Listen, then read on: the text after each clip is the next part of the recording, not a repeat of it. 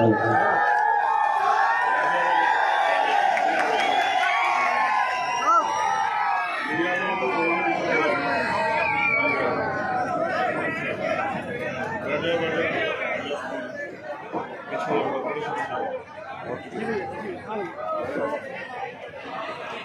भीम।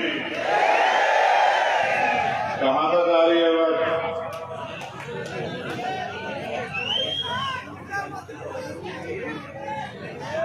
तुम्हें थोड़ा सा कष्ट लेना पड़ेगा, थोड़ी देर बैठ जाओ।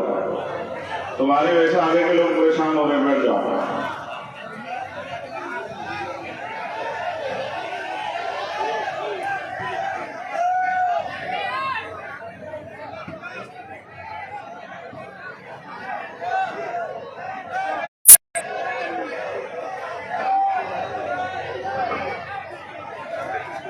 खाते गांव की ये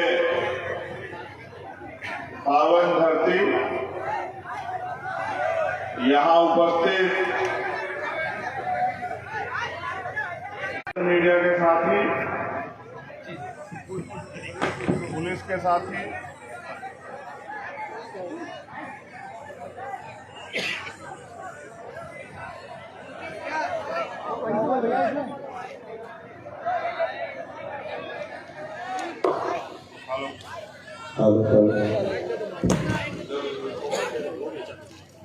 हेलो।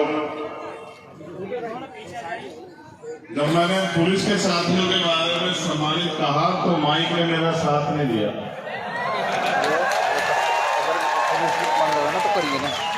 वही तो बात होगी। तो फिर मैं दोबारा कहता हूं कि पुलिस के हमारे सम्मानित साथी, इस मंच पर उपस्थित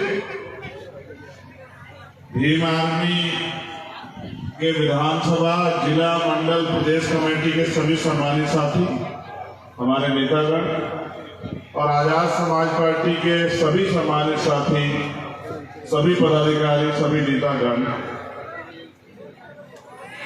मिशन 78 के हमारे सभी कर्मचारी, सम्मानित नेतागण और इस मंच पर उपस्थित सम्मानित भंते जी, मैं एक आग्रह आपसे चाहता हूं। ये पगड़ी आप लोगों ने मुझे पहनाई है, मगर मैं इस पगड़ी को किसी को सौंपना चाहता हूं आज, अगर आप इजाजत दें। भारती यहाँ हो बेटा, यहाँ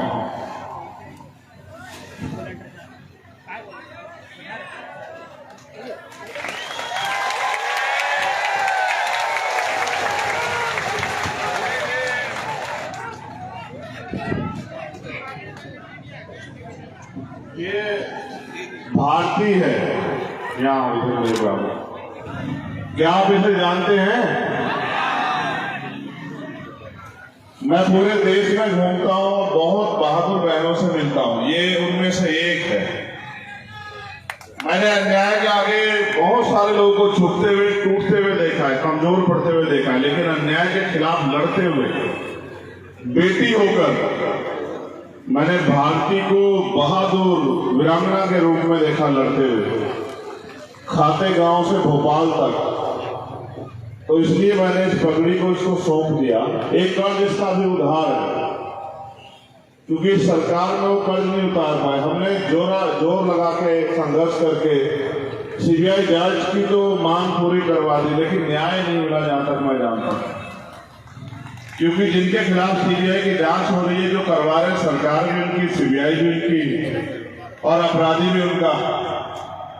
तो मैं एक वचन देते हुए उससे जरूर कहूंगा कि मेरी बहन याद रखना, जिस दिन ताकत हमारे हाथ में होगी, ऐसे गुंडों का ऐसा इलाज करेंगे उनकी कई पीढ़ियां याद रखेंगे। किसी पर मार बैठ जा। जब मैं इसे देखता हूं तो वो दर्द मेरे याद आता है नेमावर में। आपका वो उत्साह भी, जिस उत्साह से आप नेमावर गए थे, लाखों की संख्या में, जैसे आज आप पहुंचे, लेकिन नेमावर में जो दर्द मैंने जाके उस दिन भारती और इससे जो बड़े भाई हैं उनसे सुना था, जो अन्याय इनके साथ हो, मेरी आंखों में आज भी वो दर्द ताजा हो जाता है जब मैं भारती को देखता हूं। और भारती जैसी हजारों हजारों बहनें, चाहे वो मध्य प्रदेश हो या भारत का कोई और कोना, उसमें इस उम्मीद से बैठी हुई है कि कभी तो उनको न्याय मिलेगा।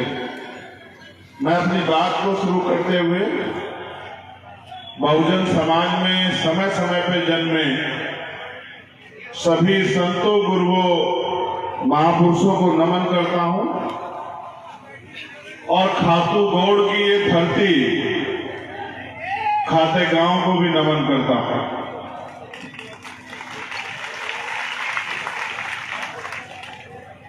जब मैं महापुरुषों को याद करता हूं तो सिर्फ इसलिए याद नहीं करता हूं कि उनके चित्र को याद करूं, मैं उनके चरित्र को भी याद करता हूं। चरित्र, उनका जीवन, संघर्ष, उनकी सेवाएं और उनके जीवन का हमारे जीवन पर प्रभाव, दुनिया में शांति और मानवता का संदेश अगर सबसे पहले कहीं से गया तो वो भारत की धरती से गया। भगवान बुद्ध की धरती से, भगवान बुद्ध के उपदेशों के रूप में। और मुझे बड़ी खुशी है कि अभी 2 दिन पहले ही मैं भगवान बुद्ध की जन्मस्थली लुम्बिनी होकर आया नेपाल में। मैं गया था सिद्धार्थनगर। संविधान बचाओ,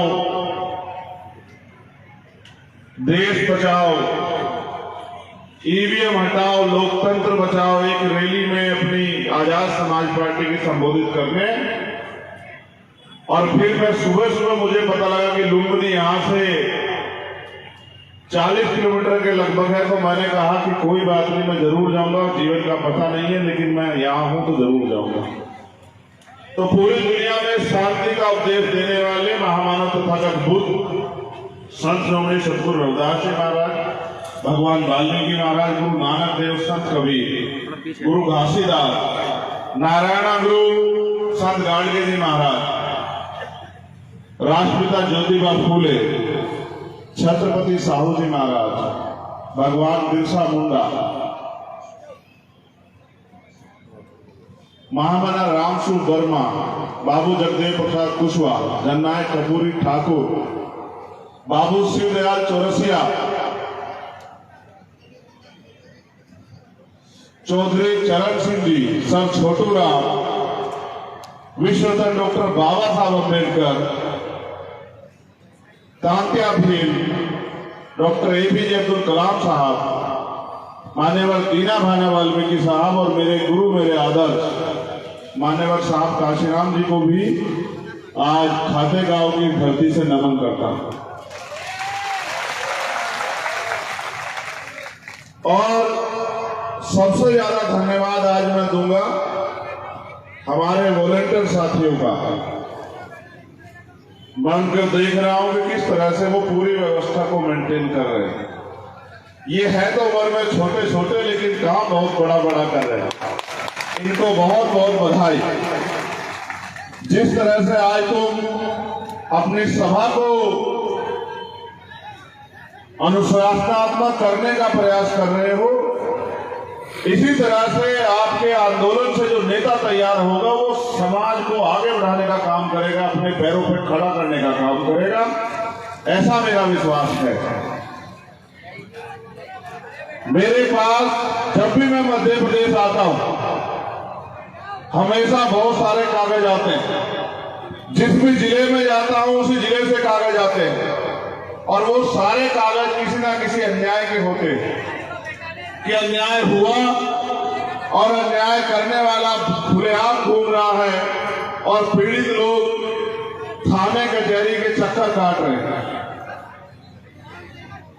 खाते गांव का अन्याय, नेमावर का अन्याय, एक अन्याय वो जहां हमारे साथियों को अपमान सहना पड़ा, उनके साथ मारपीट हुई, उनकी मूछें उखाड़ ली गई। और एक अन्याय नेमावर का। ये दोनों अन्याय मैंने अपने सीने में दर्ज किए हैं, डायरी में दर्ज नहीं किए, क्योंकि हम लोग स्वाभिमान सम्मान के आंदोलन को आगे बढ़ा रहे हैं। तो ना मैं उन अधिकारियों को भूलूंगा और ना उन आरोपियों को भूलूंगा। ये बात आप लोग अच्छी तरह से याद रखना। सम्मानित साथियों, मेरी बात पे गौर करना।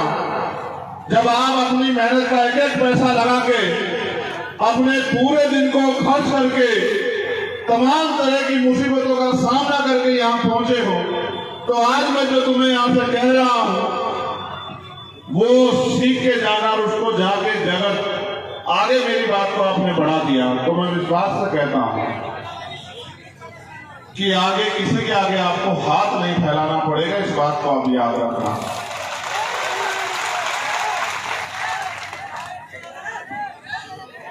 मैं वॉलंटियर साथियों से कहूंगा कि वो बस यहीं खड़े हो जाएं। अब किसी को रोके टोके ना, जिससे कि सभा खराब हो, डिस्टर्ब हो। अब वॉलंटियर साथी यहीं खड़े हो जाए अपनी जगह पे बस, और मेरी बात को वो भी गौर से सुने, क्योंकि आज के बाद उनको भी तो समाज के इस काम को आगे बढ़ाना है।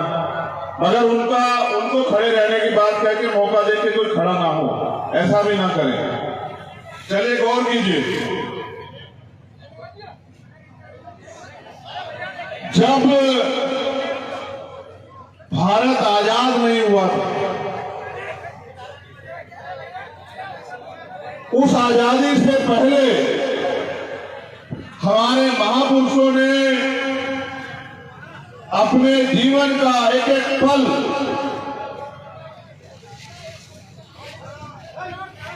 हाशिए पे गिराए गए, तमाम तरीके से अधिकारों से वंचित रखे गए, तमाम तरह की सुविधाओं से वंचित रखे गए और नकार दिए गए समाज को। चाहे वो महिलाएं हो, चाहे वो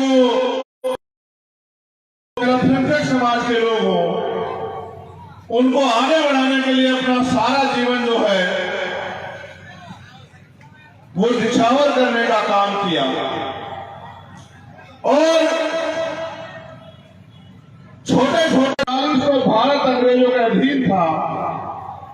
15 अगस्त 1947 को भारत अंग्रेजों से आजाद हुआ।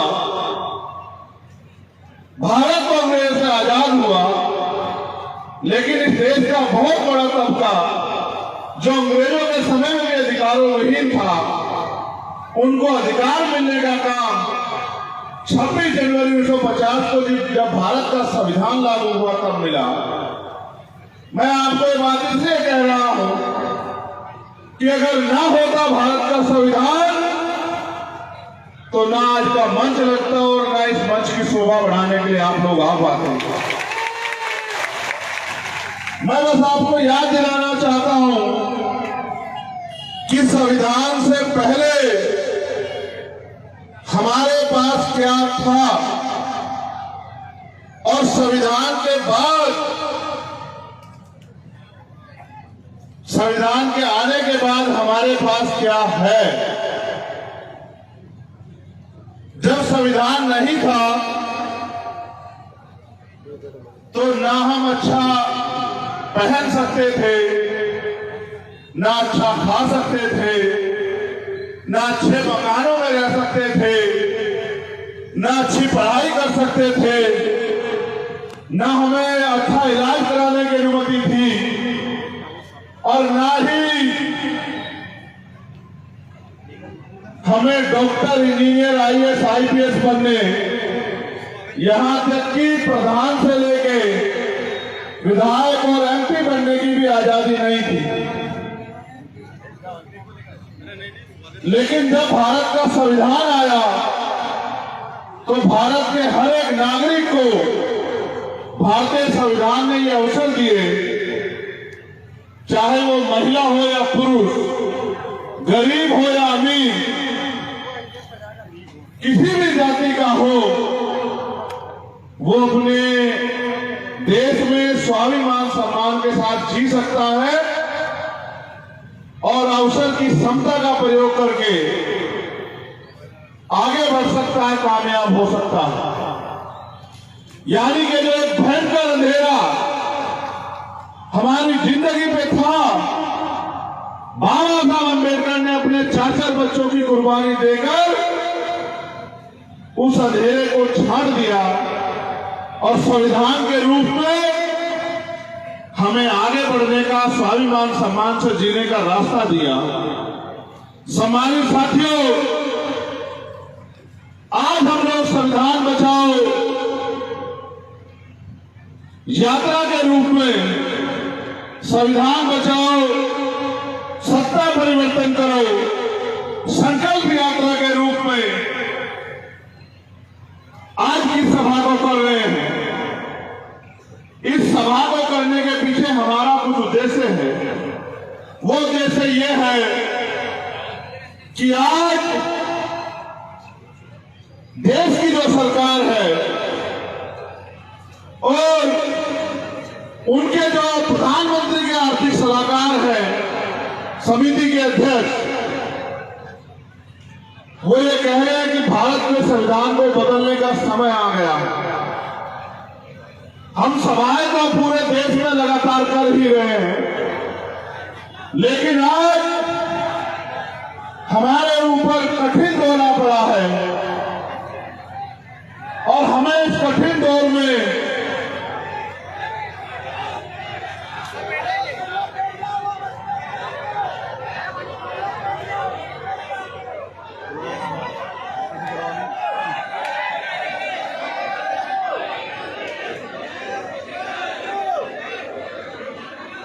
एक सम्मानित छोटे भाई हमारे बीच आए हैं, मगर आप नालायक की कमी थोड़ा ही करोगे। ये समाज अपने इस हाल का जिम्मेदार खुद है। इसको तमाशा देखने की बड़ी आदत है। अगर इसे तमाशा देखने की आदत ना होती तो जो अन्याय अत्याचार इनके खिलाफ हो रहा है, उसके खिलाफ डटकर मुकाबला करते। लेकिन समाज को तमाशा देखने की बड़ी आदत है और तमाशे के चक्कर में आपकी जिंदगी तमाशा ही बन गई है। अगर तमाशा ज्यादा दिन तक देखोगे तो शायद समाज से आंख नहीं मिला पाओगे। मैं तुमसे बुनियादी बात करूंगा।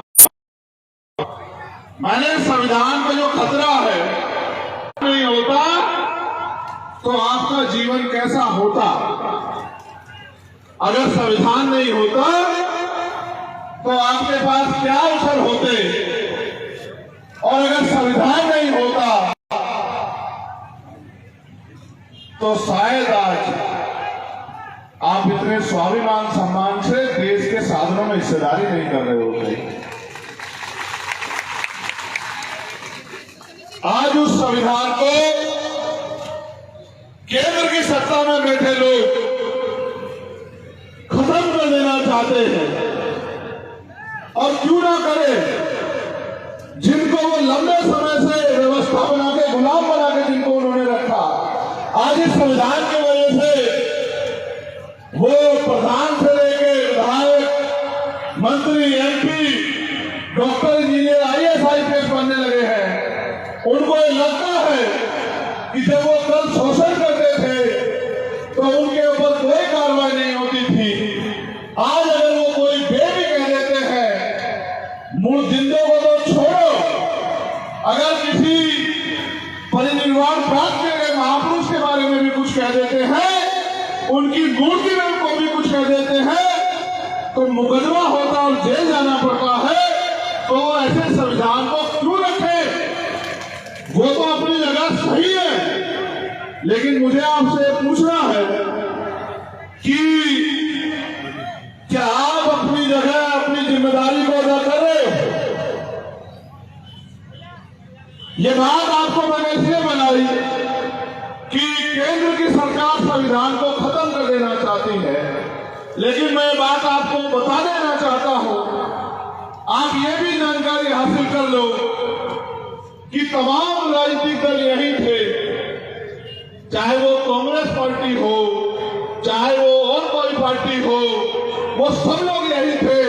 इनके रहते आज भारतीय जनता पार्टी संविधान खत्म कर देना चाहती है। आज उनको इतनी ताकत कहां से मिली इन दलों के रहते कि वो संविधान को खत्म कर देना चाहती है, यानी कि इन दलों के राज में भी आपका संविधान सुरक्षित नहीं। क्या पूरे देश में भारतीय जनता पार्टी की सरकार है? अन्य पार्टी की भी तो सरकार है, तो उनकी सरकारें होते फिर संविधान क्यों खतरे में है? उसका एकमात्र कारण यह है कि एक तरफ वो लोग हैं जिनको संविधान से फायदा हो रहा है, जो इस मंच के आसपास बैठे हैं, इस मंच पर बैठे हैं, और एक तरफ वो लोग हैं जो संविधान के द्वारा आपको मिले गए फायदे को रोक देना चाहते हैं। अगर किसी और के कंधे पे रख के अपनी लड़ाई करना चाहते हो तो आप सिर्फ अपनी बारी का इंतजार कर रहे हो। मैं पूरे देश में जाता हूं, मैं जिम्मेदारी के तौर पे आप एक को कह रहा हूं, आप तमाम नौजवान यहां बैठे हैं, मैं बुजुर्गों से कोई शिकायत नहीं करूंगा। मैं नौजवानों को यह कहना चाहता हूं और मैं उनसे पूछना भी चाहता हूं, जब कुदरत ने तुम्हें मजबूत शरीर दिया है और कानून तुम्हारे लिए बराबर है और सारा सिस्टम यहाँ, फिर तुम इस अन्याय को क्यों फैले? आप मुझे जवाब दो। मैं कहना नहीं चाहता था, लेकिन आपके तमाशे के बाद कहूंगा जरूर। आप मुझे बताओ, जब आप बेटियों की रक्षा नहीं कर सकते हो, उनको पैदा करने का अधिकार आपको किसने दिया है? मुझे जवाब दो। जब आप हम गांव में अपनी बहन को, बेटी को, माँ को, चाची को, ताई को आप एनसीआरबी का डाटा नहीं पढ़ते हो क्या? अगर आप पढ़े लिखे हो तो बताओ कि एनसीआरबी का डाटा क्या कहता है मध्य प्रदेश में, राजस्थान में, छत्तीसगढ़ में, उत्तर प्रदेश में, दिल्ली में, बिहार में। अगर नहीं पता तो मैं बताता हूं आपको। वो एक डाटा ये कहता है कि हर साल हजारों महिलाओं के साथ रेप हत्याएं होती। आप कभी उस डाटे को डीपली चेक करके देखना तो आपको पता लगेगा कि 100 में से 95 बच्चियां बहनें आपके समाज के निकलेगी। मेरे बहुजन समाज के लोगों, इस बात को याद रखना।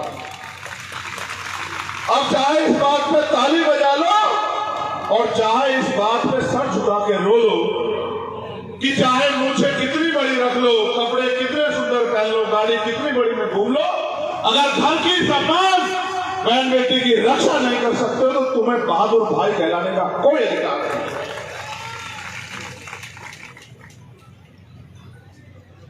क्या हो गया तुम्हारे खून को? क्या हो गया? किसकी नजर लग गई बहादुरों को? एक वो समय था कि एक खाते गांव की धरती हम आदिवासियों के नाम से जानी जाती थी। एक वो समय था कि यहां हमारे वीर उनके शौर्य के आगे बड़े से बड़े जालिम घुटने टेक देते थे। आज एक ऐसा समय है कि हमारे 5-5 परिवार के लोगों को जमीन में गाड़ दिया जाता और हम रो भी नहीं पाते। क्या हो गया?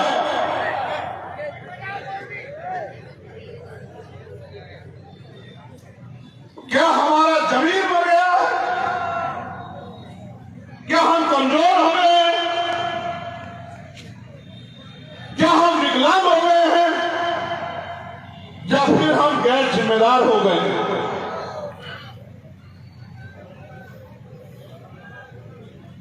एक समय था जब भारत आजाद नहीं था, राजशाही होती थी। मध्य प्रदेश में बहुत राजे रजवाड़े रहे हैं, तलवारों के दम पे राज लिया जाता था, युद्ध होते थे, हजारों लोग मर जाते थे, जमीन रक्त रंजित हो जाती थी। आज बाबा साहब अम्बेडकर उनके साथियों के प्रयास से आज लोकतंत्र है।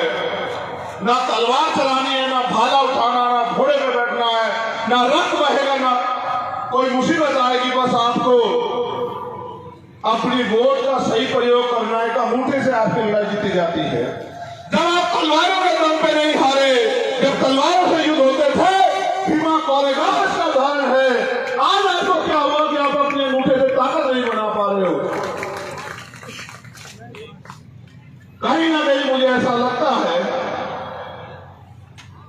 कि आपके समाज हित के आगे आपका व्यक्तिगत हित जो है, आपकी छोटी मोटी सुख सुविधाएं, थोड़े बहुत पैसे आपके समाज हित के आगे बड़े हो गए हैं। वरना वो समाज जो अपना इतिहास भूल गया है आज, जिसको सदियों अभी मोहन भागवत ने कहा, मैं धन्यवाद करता हूं उनका, उन्होंने कहा, कब कहा?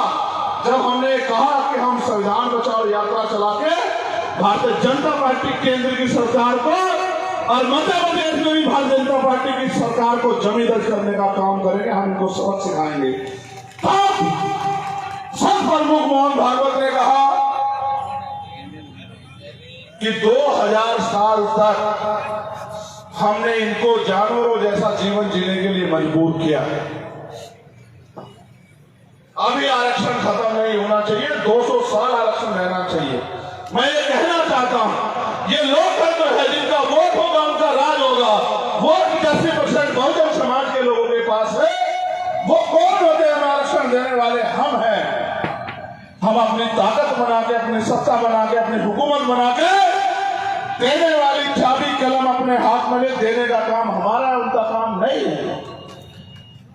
लेकिन इस लोकतंत्र में जहां आपके पास ताकत होनी चाहिए थी, आज हालात देखो क्या है। अगर कोई बौद्ध धर्म को मानने वाला भक्त जी यहां बैठे हैं, बुद्ध विहार में प्रार्थना कर रहा हो तो कोई आके बुद्ध विहार पे हमला कर देता। बुद्ध वंदना करा रहा हो तुम, भगवान बुद्ध की तस्वीरें को उठा के फेंक देते हैं, मुकदमे दर्ज हो जाते हैं। अगर कोई इस्लाम को मानने वाला अपनी मस्जिद में अजान पढ़ रहा हो तो उस मस्जिद पर जाके किसी दूसरे धर्म का मजहब का झंडा लगा देते हैं, उसकी दाढ़ी पकड़ के उसको कहते हैं कि इस धर्म का नारा लगाओ वरना पीटेंगे। अगर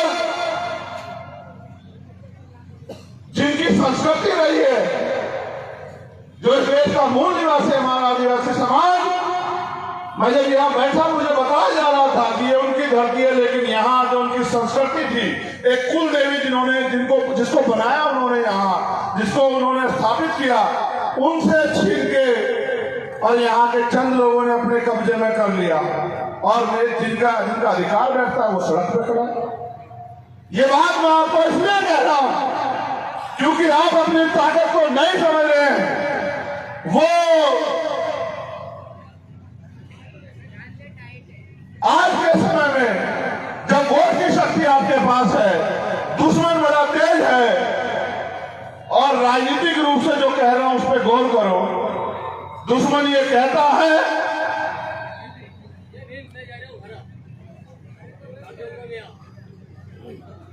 कि राजनीति बुरी चीज है, राजनीति करनी नहीं चाहिए। और आप ये देखो, जो दुश्मन ये कह रहा है, सबसे ज्यादा एमपी एमएलए उसने अपने बना रखे हैं, सारी सरकारों में वो बैठा हुआ है, और आपको कह रहा है राजनीति मत करो। मैं आपको ये कहना चाहता हूं, आज की राजनीति व्यापार बन रही है। नौजवान इस बात को गांठ बांध ले। जो नौजवान 5 साल से यहाँ चाहे जेठ के रूप में, ओबीसी महासभा के रूप में या भीम आर्मी के रूप में मेहनत कर रहा है, मैं उस हर एक नौजवान को कह रहा हूं वो गांठ बांध ले। आज की भारत की राजनीति नहीं है, व्यापार है। कैसे व्यापार है जान लो कि चंद पैसे वो चुनाव से पहले खर्च करेगा, चुनाव में शराब और पैसा बांटेगा। जैसे बिजनेसमैन किसी रोजगार को करने के लिए कुछ पैसा इन्वेस्ट करता है और चुनाव के बाद जब वो जीत जाता है फिर उस पैसे से पैसा कमाना शुरू करता है। ऐसे आज की राजनीति भारत की हो गई है। कोई गरीब का बेटा आगे नहीं बढ़ सकता है। पैसे वाले लोग राजनीति कर रहे हैं, गरीब लोग बैठ के तमाशा देख रहे हैं। जिन्होंने 75 साल में आपके कच्चे मकानों को ये नहीं सोचा पक्के हो जाएं, वो आपका भला कर सकते हैं क्या? जिन्होंने 75 साल में आपके भूखे पेट को नहीं देखा, जिन्होंने 75 साल में हमारी बहनों की लुटती असमतों को नहीं देखा, हमारे खून के आंसुओं को नहीं देखा, हमारे साथ होते अन्याय को नहीं देखा, हमारी किश्ती खाल को नहीं देखा, हम पे चलने वाली गोलियों लाठों को नहीं देखा, वो आज आपका भला कर देंगे क्या? मेरे सम्मानित साथियों, दुश्मन अगर मुफ्त में कुछ देता है तो आपके भले के लिए नहीं देता। दुश्मन अगर मुफ्त में कुछ भी देगा तो आपसे कुछ ना कुछ लेने के लिए देगा। आज चुनाव करीब आ गया है, सरकार बड़ी बड़ी घोषणाएं कर रही है। मैं पूछना चाहता हूं हमारे माननीय मुख्यमंत्री जी को कि पिछले 4.5 साल से आप कहां थे? पिछले 4.5 साल में जो अन्याय हुआ है मध्य प्रदेश में, उसका जवाब कौन देगा?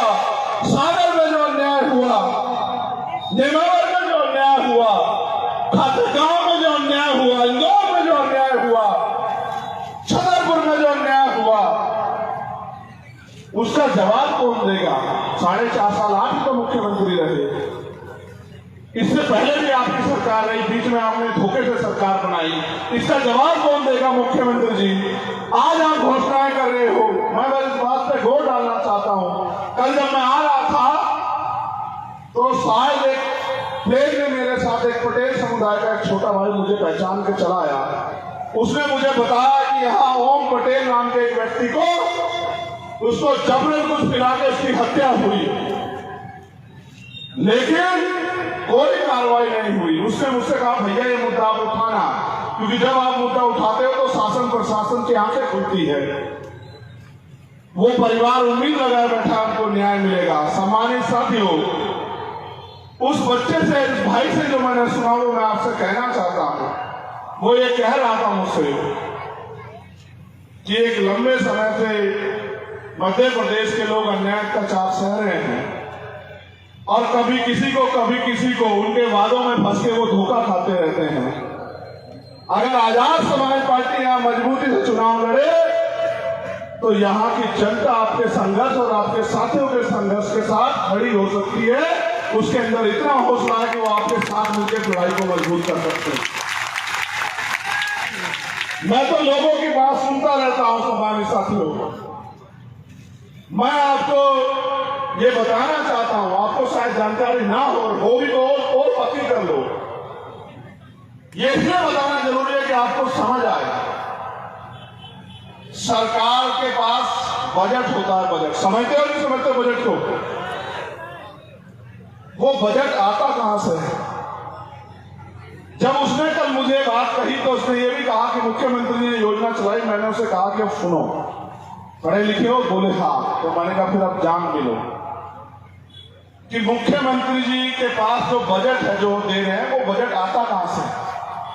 तो उन्होंने कहा, पूछा भैया कहां से आता है? मैंने कहा आम जनता जो टैक्स देती है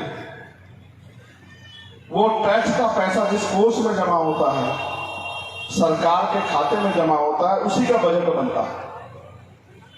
उसके साथ जो प्राकृतिक रिसोर्स हैं उनसे जो टैक्स आता है उससे बजट बनता है। यानी कि मैंने उसको साधारण भाषा में उससे पूछ के समझाया कि तुम एक महीने में कितना खर्चा करते हो, कितने सामान खरीदते हो?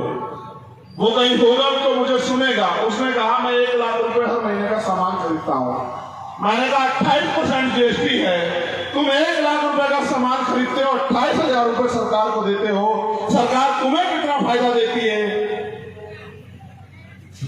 उसने कहा मुश्किल से 1,000-2,000 रुपए का। तो मैंने कहा सरकार का पैसा तुम्हारी तरफ है या तुम्हारा पैसा सरकार की तरफ है? तो कह रहा ऐसे तो मेरा बहुत सारा पैसा सरकार की तरफ जा रहा है। तो मैंने उसे यही समझाया मेरे भाई कि माचिस की सीख से लेके और बाल काले करने वाले कलर से लेके चश्मा, चप्पल, जूते, हर एक चीज पे टैक्स है। यहाँ तक कि जो झंडा आपने बनाया उस पर भी टैक्स है, ये टेंट आपने खरीदा इस पर भी टैक्स है, जो किराया आप देते हैं उस पर भी टैक्स है, जो गैस आप खरीदते उस पर भी टैक्स है, पेट्रोल डीजल सब पर टैक्स है। और तो आज तो ऐसी सरकार केंद्र में बैठी है जिसने दूध पे, दही पे भी टैक्स लगा दिया, खाने के पीने के सामानों पे भी टैक्स लगा दिया। मैंने उसको और गंभीरता समझाया। मैंने कहा छोड़ो, तुम तो बड़े हो, नौजवान हो। अगर कल किसी बच्चे ने जन्म लिया उसके लिए जो दवाई आएगी उस पर टैक्स है, उसके लिए जो डायपर आएगा उस पर टैक्स है, उसके लिए जो दूध आएगा उस पर टैक्स है, उसके लिए कुछ भी आएगा कोई कपड़ा सब पे टैक्स है। यानी कि जो भारत में पैदा हो गया वो हर एक व्यक्ति टैक्स दे रहा है, लेकिन क्या जब तक वो अपने पैरों पर ना खड़ा हो जाए सरकार उसे कुछ दे रही है? तो कह रहा बहुत नहीं, वो बहुत कुछ दे नहीं रही। तो मैंने उसको समझाया कि जनता के पैसे को जनता को वापस लौटाना यही सरकार का काम है, लेकिन सरकार इस तरह का दिखावा करती है कि हम 1500 रुपए लाडली बहन योजना के दे रहे हैं। मुख्यमंत्री कितने पैसे दे रहे हैं लाडली बहन योजना के? कितने? हमसे सुनो, मध्य प्रदेश के हर एक व्यक्ति को 5000 रुपए प्रति व्यक्ति महीना हम लोग देने का काम करेंगे, ये मेरा आपसे वादा। और आप ये भी जान लो, आपको ये पता नहीं पता कि मैं कोई भी बात झूठ नहीं कहता हूं, पता नहीं पता, मुझे ये भी पता है पैसा कहां से आएगा और पैसा कैसे आपकी जेब में जाएगा। मध्य प्रदेश के हर एक नौजवान को रोजगार देने का काम, चाहे वो महिला हो या पुरुष हो, हम लोग करेंगे, ये मेरा आपसे वादा है। जो भूमि विहीन है उनको भूमि देने का काम, जिसके पास कच्चा मकान है उसको पक्का मकान देने का काम, आशा आंगनवाड़ी कार्यकर्ताओं को अन्य सरकारी कर्मचारियों के बराबर वेतन देने का काम, सफाई कर्मचारियों को परमानेंट करने का काम, प्रमोशन में रिजर्वेशन एससी एसटी ओबीसी के अधिकारी कर्मचारियों को देने का काम, जितना बैकलॉग मध्य प्रदेश में है पहले महीने में सारा बैकलॉग भर्ती करने का काम, महिलाओं को सुरक्षा का माहौल, सशक्तिकरण का अवसर, सबके लिए अच्छी पढ़ाई और अच्छा इलाज देने का काम हम लोग करेंगे। आप बताओ इसके अलावा आपको क्या चाहिए? मैंने आपको 12 फरवरी को भोपाल में भी कहा था कि अपनी समस्याओं का घोषणा पत्र बना के दे दो मुझे, और ये मांग पत्र बना के दे दो, मैं इसको घोषणा पत्र बना दूंगा। मैं पढ़ा लिखा वकील आदमी हूं, मैं आपके दर्द को दर्द समझता हूं क्योंकि आपका खून हूं, और मैं जानता हूं कि जब तक आपकी जेब में पैसे नहीं आएंगे, सोचो एक घर में 4 आदमी है, उसको 20,000 रुपए महीना मिलेगा, क्या वो किसी आगे हाथ फैलाएगा? बताओ, जवाब दो।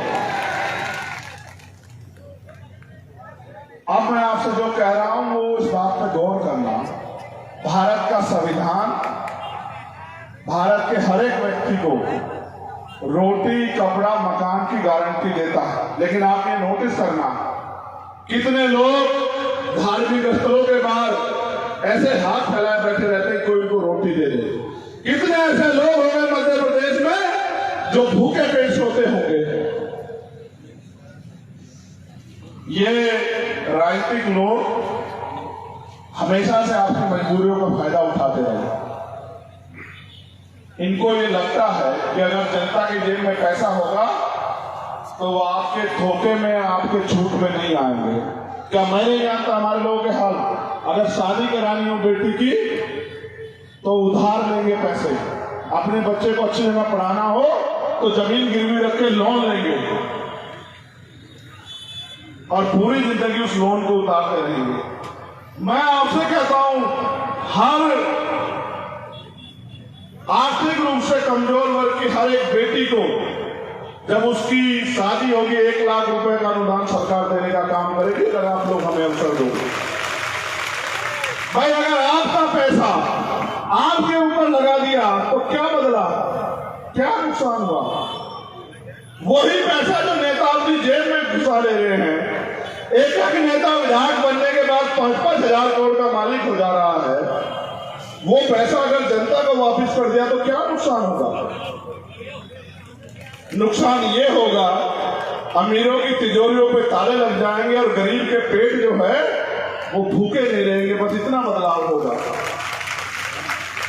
कोई किसी के साथ जुल्म जाति अन्याय नहीं कर पाएगा। अगर कोई किसी गरीब को, कमजोर को